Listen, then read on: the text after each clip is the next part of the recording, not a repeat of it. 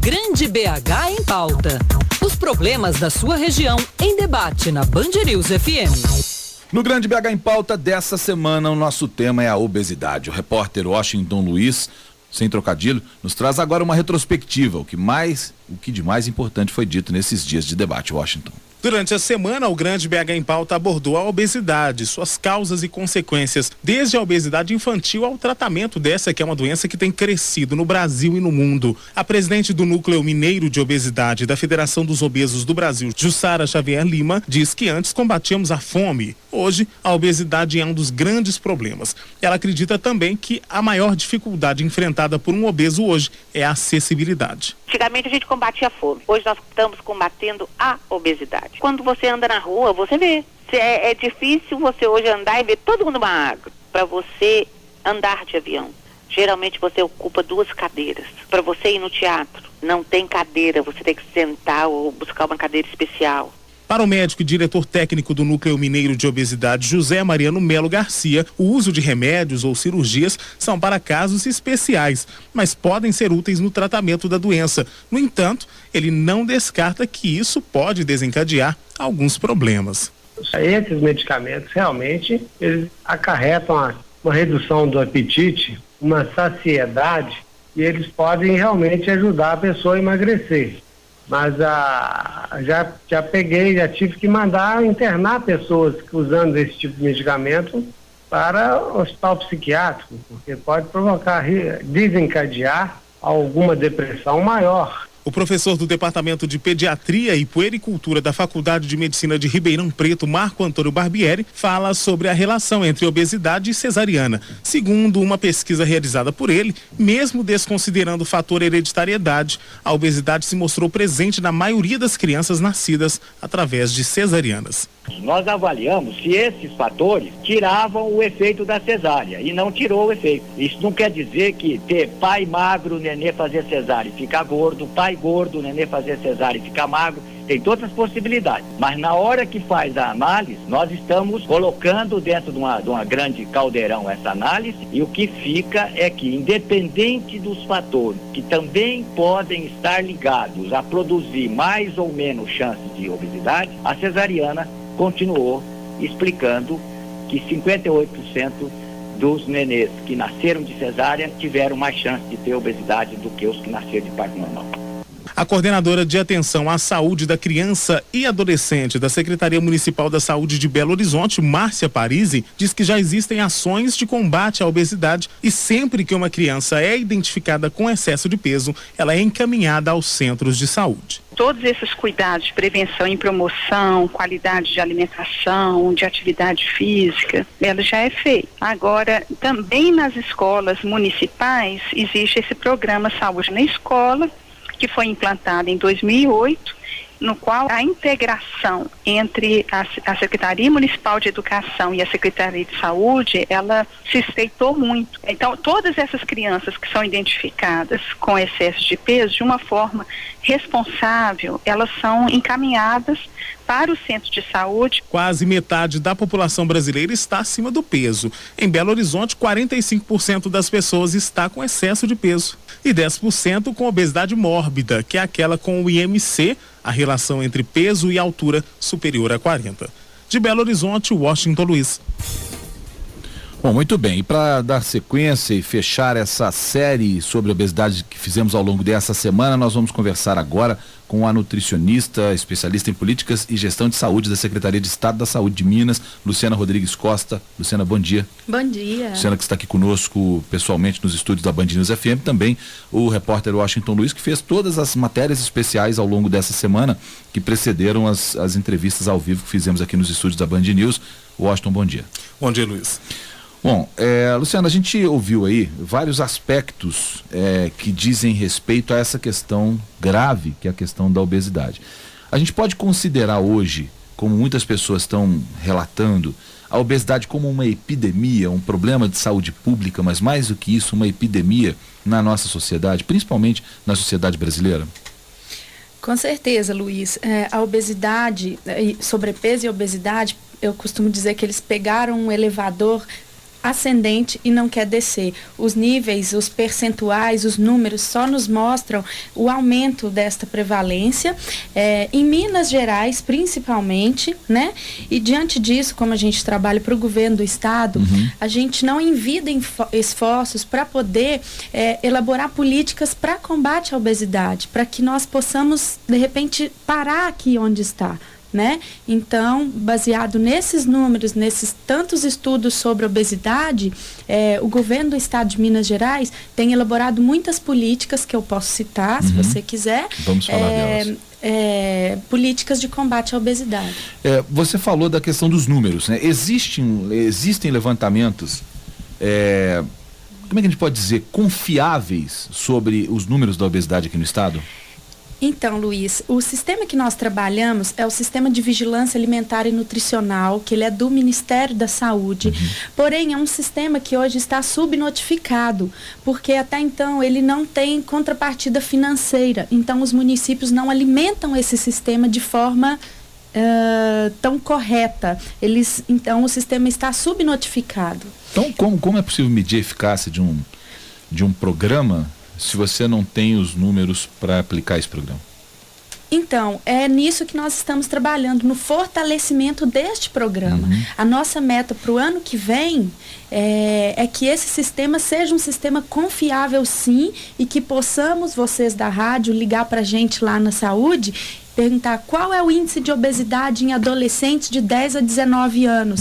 Eu te dar um número que você vai acreditar e é esse o número. Então, esse é o nosso intuito. É um objetivo, maior, né? É triste saber que o programa não está atualizado porque não tem contrapartida financeira, né? Quer dizer, os prefeitos vão ficar olhando, não vou receber dinheiro para fazer isso, então eu não faço. Exato. E que se dane a saúde dos jovens, das crianças. É né? isso que acontece.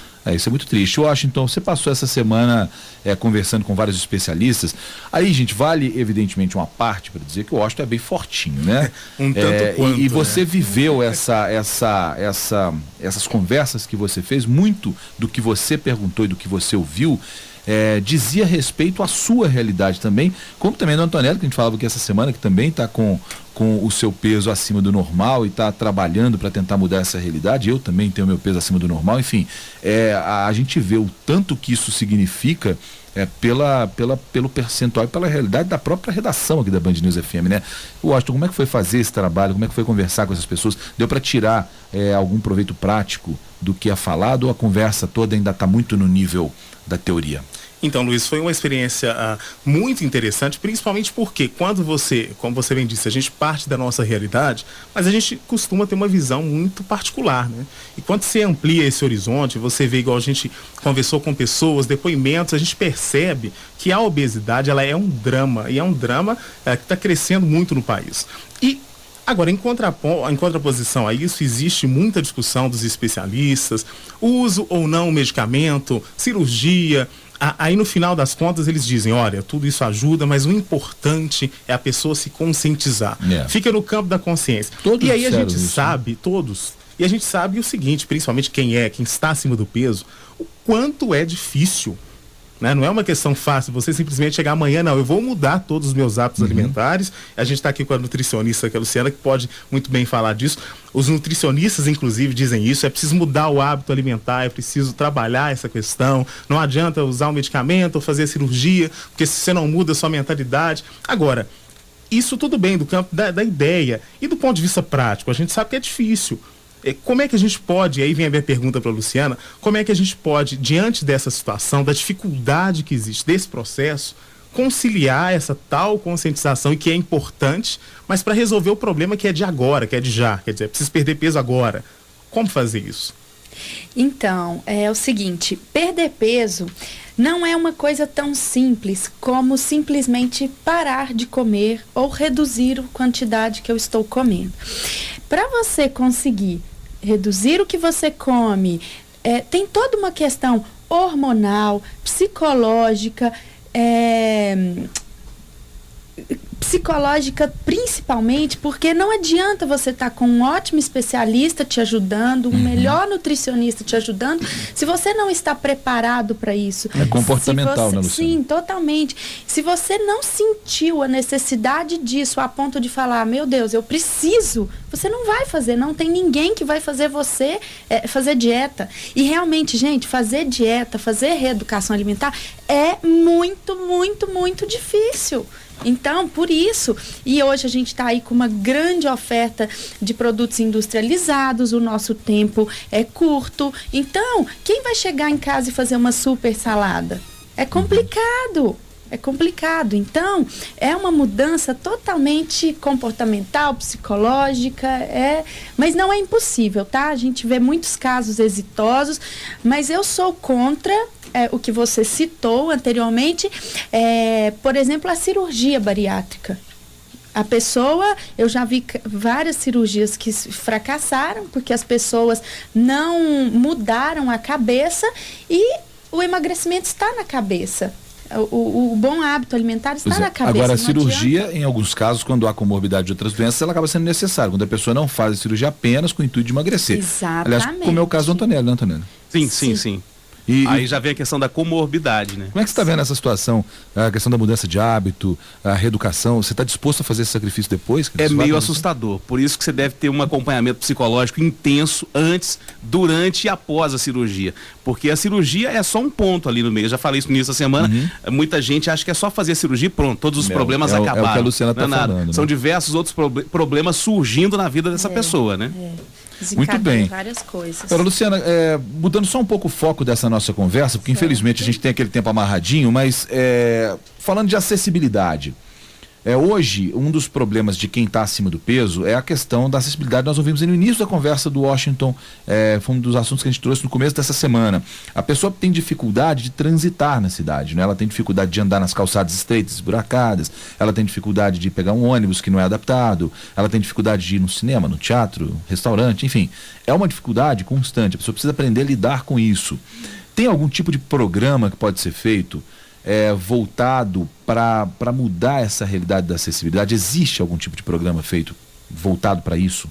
Então, Luiz, este programa, eu acredito que ele não esteja na nossa secretaria, tá? Mas eu estive ontem e anteontem numa oficina de formação de obesidade, junto com médicos, psicólogos dos centros Hiperdia, que são hipertensos e diabéticos, que são comorbidades, né? Vindas da obesidade. Então, o que acontece? A discussão foi muito ampla em cima disso, que não adianta ter um obeso que chega lá para tratar a hipertensão e o diabetes, mas ele não tem a cadeira para sentar. Então, é uma coisa que vai ser levado para o secretário de saúde, que ontem eu estava presente lá. Eu sei que eu até te coloquei numa situação complicada, porque isso não seria exatamente uma obrigação do Estado, é uma obrigação mais municipal. Você cuidar da rua, cuidar da acessibilidade em nível municipal. Sim. Mas como é um problema global, como é um problema que ocorre em todas as cidades, todo mundo sente e nota isso e sabe que isso existe, talvez realmente fosse necessário uma, não intervenção, mas uma orientação nesse sentido, né? Se criar alguma coisa para que as prefeituras soubessem lidar com esse problema, principalmente as prefeituras de cidades maiores, onde estão localizados boa parte dos serviços que as pessoas precisam lançar mão, né? Luiz, eu só não sei se existe alguma portaria, mas eu tenho quase certeza absoluta que existe sim, tá? Então, eu só não vou citar alguma porque eu não conheço. Sim. Isso que você coloca, Luiz, é uma questão que é até interessante, é muito tênue, porque você tem, por um lado, a sociedade que precisa se reorganizar para receber essa quantidade que está sempre, quase metade da população brasileira está acima do peso. Então é uma realidade. É preciso que a sociedade procure se organizar para receber esses esgotos. Agora, em contraposição, nós não estamos defendendo, muito pelo contrário, é preciso que as políticas contra a obesidade aconteçam. E aí, a gente falou também durante a semana, desde pequeno, a obesidade infantil é um problema que também tem crescido, e a especialista que conversamos disse o seguinte: olha, é um problema muito ligado à pós-modernidade, quer dizer, a falta de tempo, os pais estão ausentes, então a criança fica um pouco mais desdeixada, vamos dizer assim, no ponto de vista alimentar. E você acredita que isso também pode está interferindo nos números que temos hoje? E é importante olhar para isso, porque é a projeção do futuro também, né? Com certeza, porque veja bem, hoje as mães não fazem mais papinhas para os seus filhos, não estou dizendo todas, mas a maioria, ela prefere comprar a papinha pronta. A mãe hoje amamenta seu filho no máximo até 3 meses, uma vez que a gente recomenda a amamentação exclusiva até o 6º mês de vida. Então, hoje está tudo muito mudado. E uma criança que começa com a alimentação complementar antes dos 6 meses de vida, gente, essa pessoa tem com certeza uma grande chance de ser um obeso no futuro.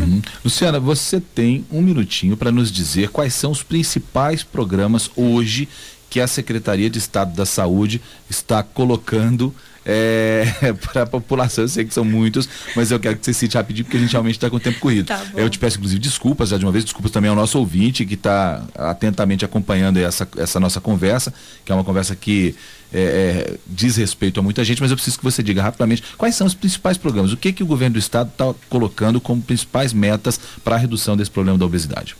Ok, então, eu vou falar sucintamente e qualquer dúvida depois as pessoas mandam um e-mail aqui para a Band News, que a gente vai responder, tá?